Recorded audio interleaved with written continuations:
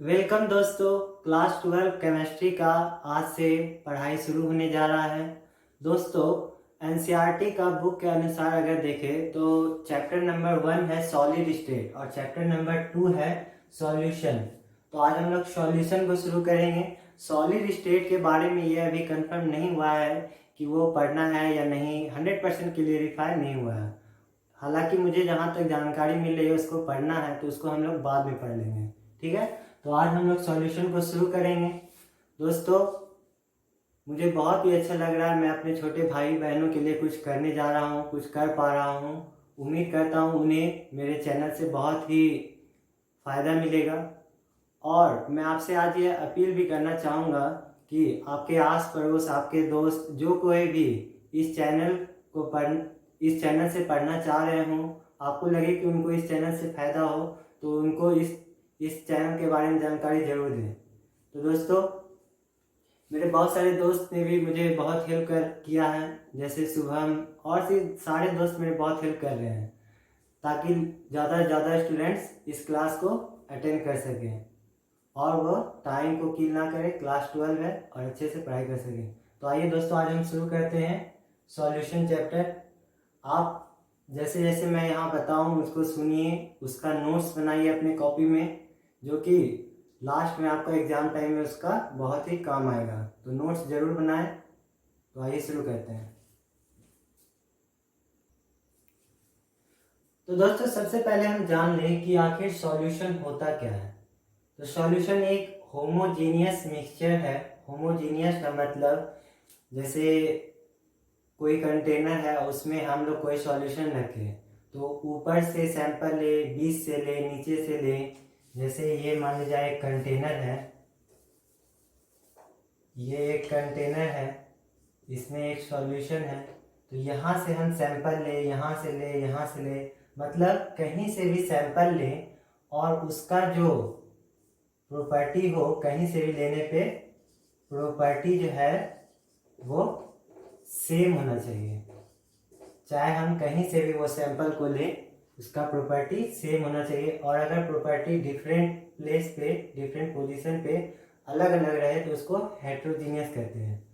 तो सॉल्यूशन एक homogeneous mixture है दो और दो से अधिक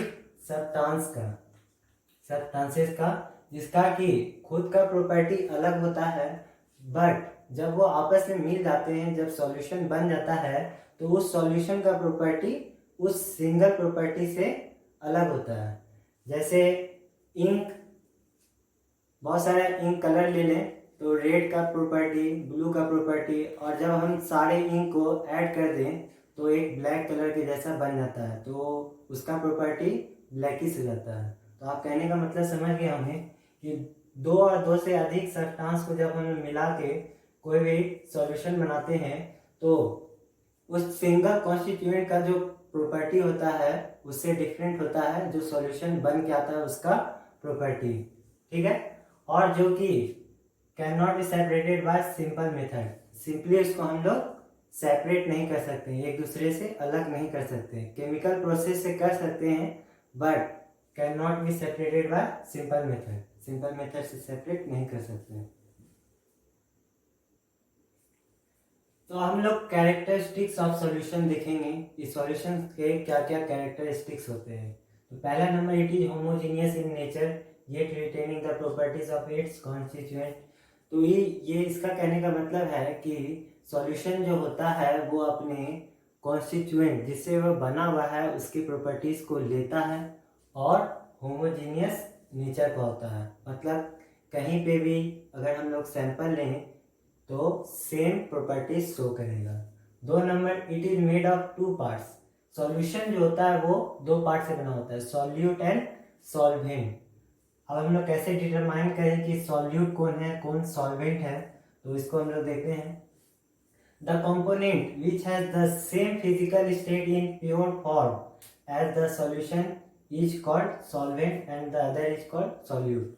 तो ये कह रहा है हमसे कि एग्जाम्पल के थ्रू समझते हैं।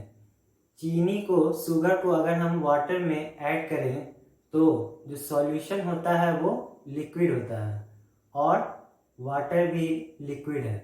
तो कहने का मतलब है जो ज़्यादा जिसका फॉर्म ले ले। तो वाटर का फॉर्म, सॉल्यूशन जो है वाटर का फॉर्म ले रहा है, तो वाटर क्या है हमारा सॉल्वेंट। या हम इसको इस तरीक़ा से जान सकते हैं कि जिसका अमाउंट ज़्यादा है किसी भी सॉल्यूशन को बनने में, जिसका अमाउंट ज़्यादा लग रहा है उसको हम लोग सॉल्वेंट कहते हैं, और दूसरा जो है उसको सॉल्यूट कहते हैं। कहने का सेंस ये हुआ कि वाटर में हम लोग सॉल्यूट मिलाएं। सॉल्यूट क्या है हमारा शुगर, ठीक है। अब आप याद रखने के लिए एक एग्जांपल को भी नोट कर ही लीजिए। तो solution of sugar and water, तो ये एक सॉल्यूशन है जो कि शुगर और वाटर से बना है। तो शुगर हमारा सॉल्यूट है, वाटर जो है हमारा सॉल्वेंट है। तो आप लोग इसमें गौर करेंगे कि वाटर लिक्विड फॉर्म में है और सॉल्यूशन जो बन के तैयार हो रहा है वो भी लिक्विड फॉर्म में है। तो जो कंपोनेंट, जिसका कंपोनेंट का फिजिकल स्टेट सॉल्यूशन ले ले वो सॉल्वेंट कहलाता है, ठीक है।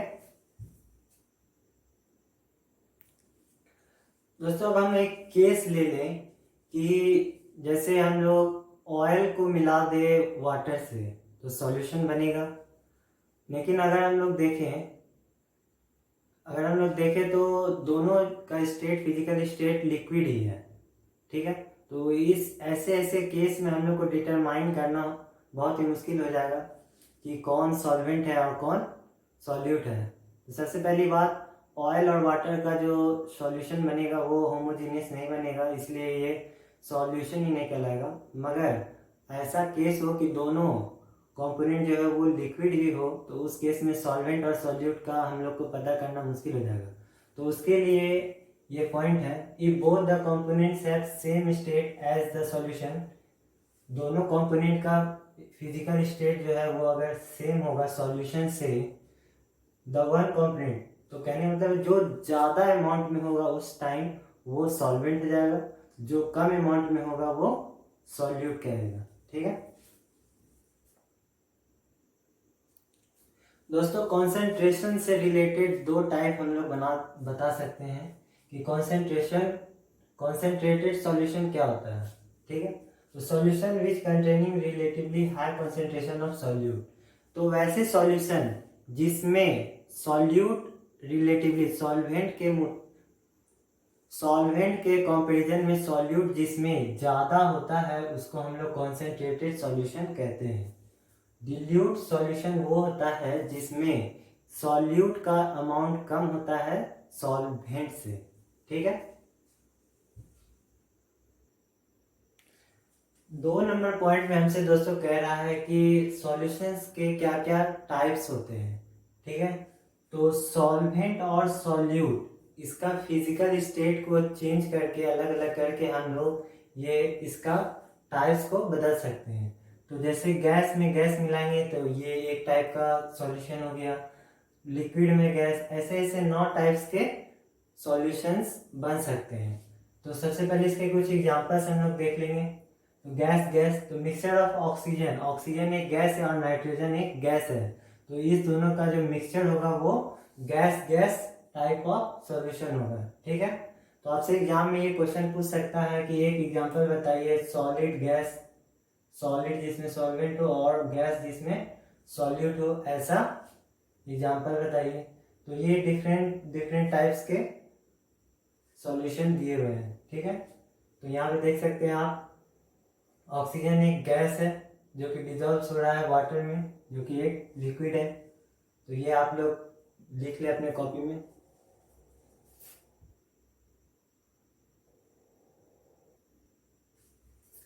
दोस्तों पॉइंट नंबर 3 हमसे डिफरेंट टाइप्स ऑफ मेथड्स के बारे में कहता है कि कैसे हम एक्सप्रेस करेंगे किसी भी सॉल्यूशंस के क्या कॉन्सेंट्रेशन है उसको कैसे हम लोग एक्सप्रेस करेंगे। पॉइंट नंबर 3 हमसे बता रहा है। तो इसको हम लोग 2 पार्ट में डिवाइड करते हैं कि कैसे एक्सप्रेस करें। एक है वॉल्यूम रिलेटेड जो कि टेम्परेचर डिपेंडेंट है, टेम्परेचर पे डिपेंड कर रहा है। एक है मास रिलेटेड, मास आप लोग जानते हैं कि टेम्परेचर का उस पर कोई भी इफेक्ट नहीं होता, तो ये हो गया टेम्परेचर इंडिपेंडेंट, ठीक है। तो वॉल्यूम रिलेटेड से 4 मेथड्स हैं। पहला है वॉल्यूम परसेंटेज, जिसमें वॉल्यूम बाय वॉल्यूम इसका फॉर्मूला है, ठीक है। मास बाय वॉल्यूम, जिसको हम लोग एक्सप्रेस करते हैं वेट बाय वॉल्यूम से। मोलैरिटी, जिसको हम लोग एम से डिनोट करते हैं, नॉर्मेलिटी एन से। मास परसेंट, वेट बाय वेट से। मोल फ्रैक्शन, मोलैलिटी, और पार्ट्स पर मिलियन, ये मास रिलेटेड है, ठीक है। तो दोस्तों आप लोग ये सारे टर्म्स 11th में ही पढ़ चुके होंगे। अगर आप लोगों ने नहीं पढ़ा है तो ये न्यूमेरिकल का सेक्शन का पोर्शन है। ऐसे इसके क्या फॉर्मूला होता है मैं आपको रिहर्स करा देता हूँ, ठीक है।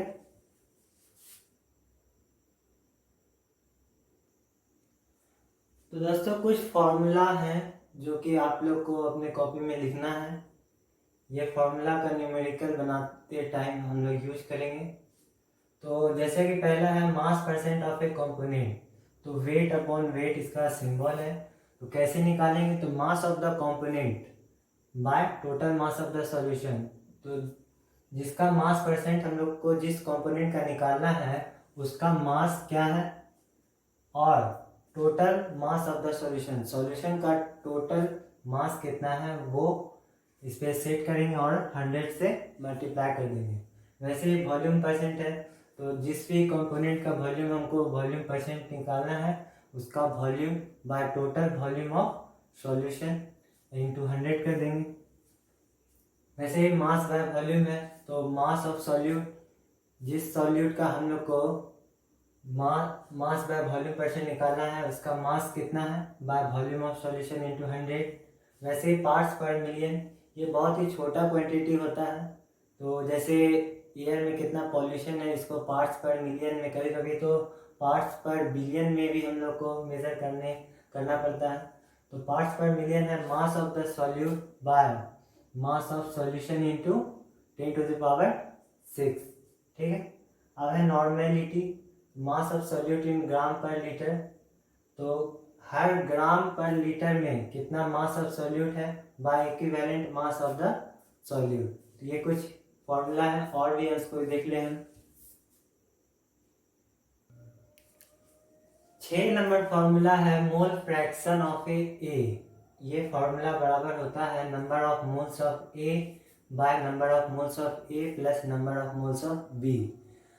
अब जैसे किसी भी सॉल्यूशन में 2 कंपोनेंट है, मान लीजिए 3 कंपोनेंट है, और किसी एक कंपोनेंट का हमसे निकालने कह रहा है मोल फ्रैक्शन, तो उस कंपोनेंट का मोल फ्रैक्शन अपॉन जितने भी बाकी कंपोनेंट है उसके नंबर ऑफ मोल्स को ऐड कर देंगे, ठीक है। मान लीजिए यहाँ पे एक सी कंपोनेंट रहता तो प्लस कर देते नंबर ऑफ मोल्स ऑफ सी, ठीक है। इसको हम लोग एक्स नहीं है, ये जीटा है, तो जीटा ऑफ बी मान लीजिए निकालना है, तो number of moles of B upon number of moles of A plus number of moles of B, ये इसके लिए फॉर्मूला हो गया।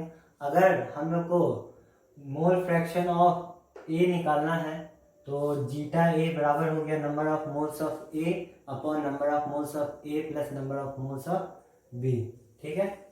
और एक बहुत इंटरेस्टिंग फैक्ट है कि जितने भी कंपोनेंट है सारे के मोल फ्रैक्शन को अगर हम ऐड करेंगे तो वो 1 के बराबर होगा हमेशा, लेकिन सारे मोल फ्रैक्शन को ऐड करने पे, ठीक है।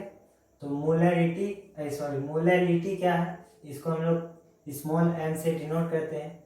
तो इसका फॉर्मूला है ना moles of solute upon mass of solvent. यहाँ पे बच्चे बहुत ही कंफ्यूज रहते हैं इन 2 फॉर्मूलों में, तो ये इसको क्लियरिफाई कर लीजिए आप लोग। मोलैलिटी बराबर होता है number of moles of solute upon mass of solvent. यहाँ पे सॉल्वेंट है और यहाँ पे सॉल्यूशन है, ठीक है। इसको पूरा लिख देते हैं हम, सॉल्यूशन इन लीटर, ठीक है। ये जब भी होगा सॉल्वेंट जो होगा मास ऑफ सॉल्वेंट ये केजी में लेना है और volume of solution in litre में लेना है, लीटर में लेना है, ठीक है। मोलैरिटी को हम लोग कैपिटल एम से डिनोट करते हैं, फॉर्मूला यहाँ पे है। अब हम लोग नोट करेंगे दो इम्पॉर्टेंट फैक्ट। कोई भी सॉल्यूशन को हम लोग मोलर सॉल्यूशन कब कहेंगे और मोलर सॉल्यूशन कब कहेंगे? जब m मतलब मोलैलिटी बराबर 1 होगा। जब मोलैलिटी बराबर 1 होगा तो उस केस में सॉल्यूशन को हम लोग मोलर सॉल्यूशन कहेंगे, और जिस केस में मोलैरिटी 1 होगा उस केस में मोलर सॉल्यूशन कहेंगे। ठीक है। पॉइंट नंबर 4 हमसे सॉल्युबिलिटी क्या होता है इसके बारे में कहता है। तो दोस्तों मान लीजिए हमने आपको एक गिलास पानी दे दिया और उसमें आपको चीनी मिलाना है, तो आप 1 चम्मच मिलाएं, मैंने कहा और मिलाओ, 2 चम्मच मिलाएं और मिलाओ, तो ऐसे करते करते आपने 10 चम्मच चीनी मिला दिया। तो एक सिचुएशन ऐसा आएगा कि अब आप और चम्मच उसमें चीनी नहीं मिला पाएंगे। तो वो क्या मैक्सिमम अमाउंट ऑफ चीनी जो था मिला रहे थे, वो उसका मैक्सिमम अमाउंट क्या है? तो वही टर्म है सॉल्युबिलिटी। तो आइए देखते क्या है। The maximum amount of solute यानी कि substance that can be dissolve in a solvent eight A given temperature and pressure. तो किसी भी दिए हुए टेम्परेचर पे और प्रेशर पे कितना अमाउंट ऑफ सॉल्यूट आप किसी भी सॉल्यूशन पे मिला सकते हैं, सॉल्यूशन में मिला सकते हैं, उसी को हम लोग टर्म से रिप्रेजेंट करते हैं सॉल्युबिलिटी। ठीक है। अब हम लोग देखेंगे कि फैक्टर्स अफेक्टिंग द सॉल्युबिलिटीज। तो कितना अमाउंट ऑफ सॉल्यूट किसी भी सॉल्यूशन में मिल पा रहा है, ये किन किन बातों पे डिपेंड कर रहा है, किन किन फैक्टर्स पे डिपेंड कर रहा है। तो पहला फैक्टर है nature of solvent and solute. Solvent और सॉल्यूट का क्या नेचर है, इस पे डिपेंड करेगा सॉल्युबिलिटी। तो जैसे देखिए पोलर सॉल्वेंट और polar solvent, polar solvent polar solute में ही मिलेगा, वैसे ही non polar solvent non polar solute में ही मिलेगा। ठीक है। इसको मिलाने से क्या होगा कि सॉल्युबिलिटी जो है हमारा बहुत ही हाई करेगा। तो जैसे एग्जांपल ले लें तो H2O और NaCl दोनों पोलर है, एक सॉल्वेंट है एक सॉल्यूट है, तो इसको अगर हम ऐड करेंगे तो सॉल्युबिलिटी बहुत ही अधिक मिलेगा। वैसे ही बेंजीन और CaCl4 ये भी अधिक सॉल्युबिलिटी दिखाएगा। दूसरा नंबर फैक्टर है हमारा टेम्परेचर। तो टेम्परेचर कैसे किसी भी सॉल्युबिलिटी को डिटरमाइन करता है, इसको समझने के लिए पहले हमको ली चैटेलियर्स प्रिंसिपल पढ़ना होगा। तो अब ली चैटेलियर्स प्रिंसिपल क्या है? इसके अनुसार सॉल्यूट प्लस सॉल्वेंट को अगर हम लोग डिसॉल्यूशन करेंगे तो सॉल्यूशन बनेगा, और सॉल्यूशन को अगर क्रिस्टलाइजेशन करेंगे तो सॉल्यूट प्लस सॉल्वेंट कहेगा। ये हमसे ली चैटेलियर्स प्रिंसिपल कहता है। अब हम लोग देखें कि इंडोथर्मिक सब्सटेंस और एक्सोथर्मिक सब्सटेंस क्या होता है, आप जानते हैं। वैसे सब्सटेंस जो कि अपने अंदर हीट को एब्जॉर्ब कर लेते हैं उसको इंडोथर्मिक कहते हैं, एक्सोथर्मिक जो कि हीट को एक्सपोज करते बाहर करते हैं। ठीक है। तो इंडोथर्मिक सब्सटेंस के लिए अगर हम लोग टेम्परेचर को बढ़ाएंगे, वैसे सब्सटेंस जो कि इंडोथर्मिक है उस केस में अगर हम टेम्परेचर को बढ़ाएंगे तो सॉल्युबिलिटी हमारा बढ़ेगा, और वैसे केस में जब ये एक्सोथर्मिक मटेरियल होगा तब अगर हम टेम्परेचर को इंक्रीज करते हैं तो सॉल्युबिलिटी हमारा घटेगा। ठीक है। ये बहुत इंपॉर्टेंट फैक्टर है, इसको आप लोग रिमेंबर कर ले, नोट कर ले। तीसरा फैक्टर है हमारा प्रेशर। अब हम लोग प्रेशर कैसे सॉल्युबिलिटी को डिटरमाइन करता है, इसके लिए हेनरीज लॉ को जानेंगे। तो हेनरीज लॉ के according solubility of a gas in a liquid is directly proportional to the partial pressure of that gas above liquid surface। तो उस गैस का solubility कितना होगा, liquid solubility of a gas in a liquid is directly proportional to the partial pressure of that gas above liquid surface। तो pressure of gas एवं liquid कितना है, ये डायरेक्टली प्रोपोर्शनल है किसके, mole fraction of gas in liquid. Sorry, pressure of gas एवं liquid वो directly proportional है solubility of that gas in liquid से। ठीक है, तो यहाँ डायरेक्ट प्रोपोर्शनलिटी हटाने के लिए हम लोग कांस्टेंट का यूज किए हैं, तो प्रेशर बराबर हो गया constant into solubility of that gas. ठीक है, तो वेयर के एच इज ए कांस्टेंट, जहाँ पे के एच जो है कांस्टेंट है जिसको हम लोग हेनरीज कांस्टेंट कहते हैं। इसको हम लोग फिर से समझ लें, किसी भी गैस का सॉल्युबिलिटी लिक्विड में कितना है, किसी भी गैस का सॉल्युबिलिटी कितना है ये डायरेक्टली प्रोपोर्शनल है उसी गैस का प्रेशर उस लिक्विड सरफेस के एवं उसी गैस का कितना प्रेशर है उस पर डायरेक्टली प्रोपोर्शनल है। ठीक है, समझ में आया। अब यहाँ पे प्रोपोर्शनलिटी को हटाने के लिए हम लोग कांस्टेंट का यूज किए, इस कांस्टेंट को हम लोग हेनरीज कांस्टेंट कहते हैं। मान लीजिए एक लिक्विड है, ठीक है, इसके एवं यहाँ पे कितना प्रेशर है। ठीक है, ये प्रेशर डायरेक्टली प्रोपोर्शनल है इस लिक्विड का जो सॉल्युबिलिटी है उसमें, लिक्विड में जो सॉल्युबिलिटी है उस गैस का उस पे।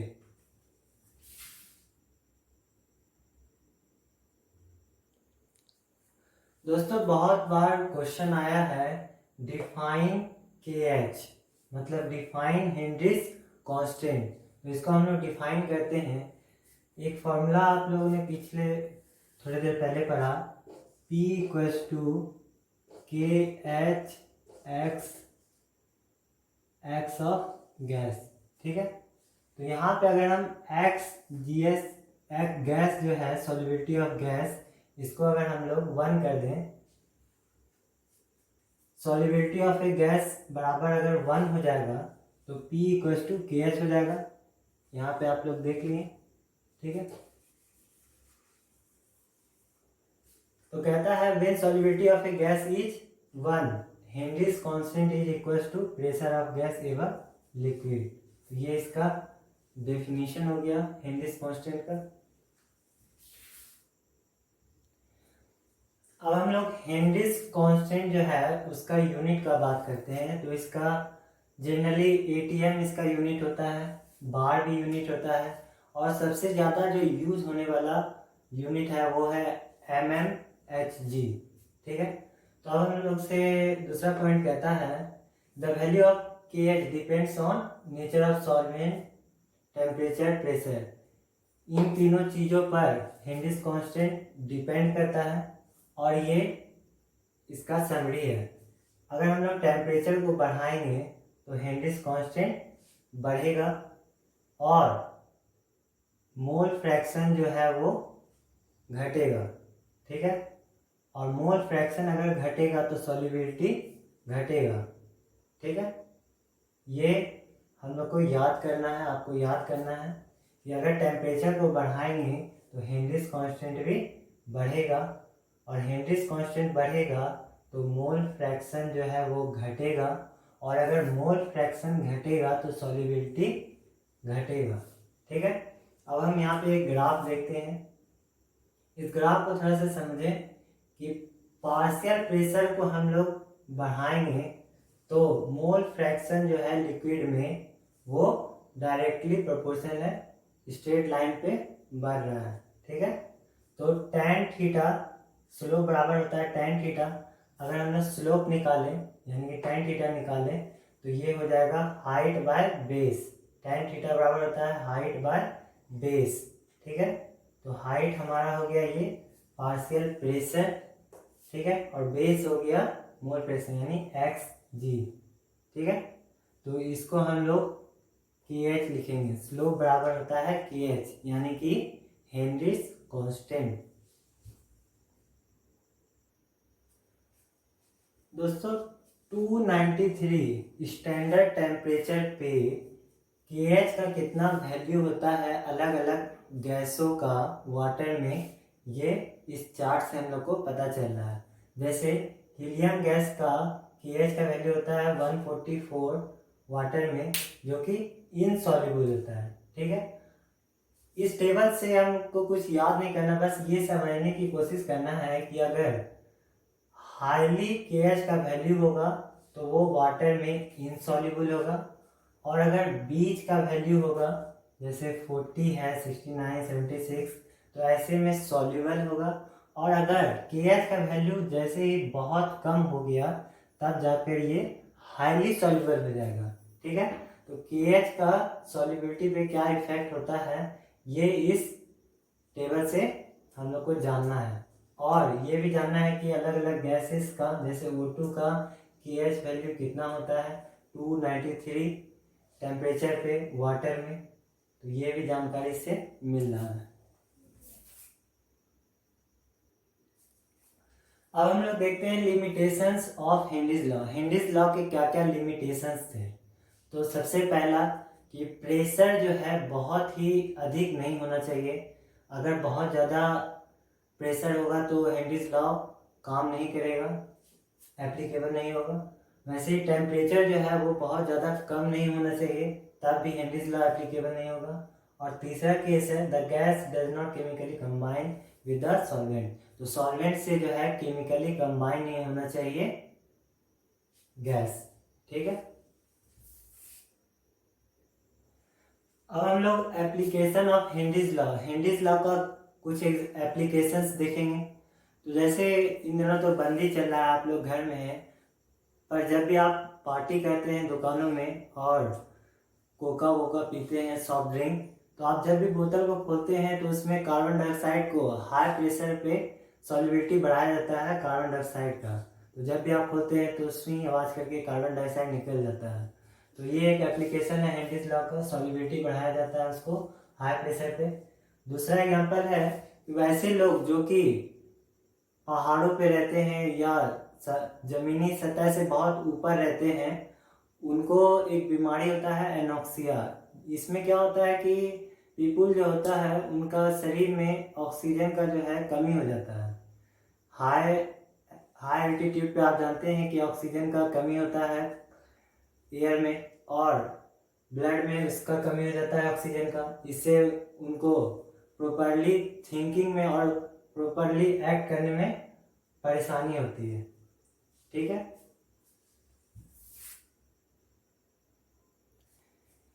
तीसरे एप्लीकेशंस की अगर हम लोग बात करें तो जब स्कूबा डाइवर यानी कि गोताखोर जब समुद्र में बहुत गहराई तक चला जाता है तो उसके शरीर में जो है सॉल्युबिलिटी ऑफ गैसेस, जो एटमॉस्फेरिक गैसेस है उसका सॉल्युबिलिटी डीप जाने पे बढ़ जाता है, बहुत ज़्यादा हो जाता है। जब वो गोताखोर वापस सतह पर आता है तो वो गैस जो उसके ब्लड में, ब्लड कैपिलरी में डिजॉल्व हुआ था, वो बबल्स के फॉर्म में बाहर निकलना चाहता है। और शरीर ब्लड कैपिलरी से जब वो बाहर निकलना चाहता है तो बहुत ही पेनफुल दर्द महसूस होता है स्कूबा डाइवर को। इस डिजीज को, इस केस को हम लोग, दर्द का जो एहसास होता है सेंसेशन, इसको हम लोग बेंड्स कहते हैं। तो स्कूबा डाइवर इसके लिए क्या उपाय करता है कि वो अपने साथ कुछ गैसेस को ले जाता है जो कि सॉल्युबिलिटी ऑफ गैसेस जो कि डीप जाने पे शरीर में होता है उसको कम कर देता है। तो उस गैसों को हम लोग देखेंगे, इसको आप लोग नोट करें।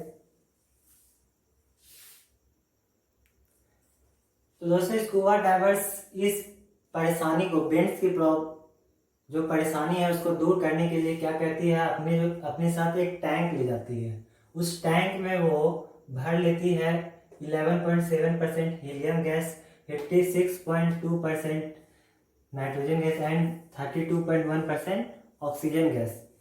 इन गैसों को भरने से क्या होता है कि सतह पर, जमीनी सतह पर, समुद्र के सतह पर जाने पर वो जो सॉल्युबिलिटी ऑफ गैसेस बढ़ जाती है उसको ये गैसेस रोकती है। तो सॉल्युबिलिटी ऑफ गैसेस जो सतह पर, समुद्री सतह पर जाने पर बढ़ती है उसको ये रोकती है, और बेंड्स का जो केस है उसको दूर किया जा सकता है। तो दोस्तों जैसा कि आप जान रहे हैं ये मेरा पहला लेक्चर था, और मैं चाहूँगा कि अपने आने वाले लेक्चर्स में कुछ इंक्रीजमेंट करूँ, कुछ सुधार करूँ। अगर मुझसे कुछ गलती हुआ तो माफ़ी चाहूँगा। ऑल द बेस्ट, नोट्स बनाएं, पढ़ते रहें।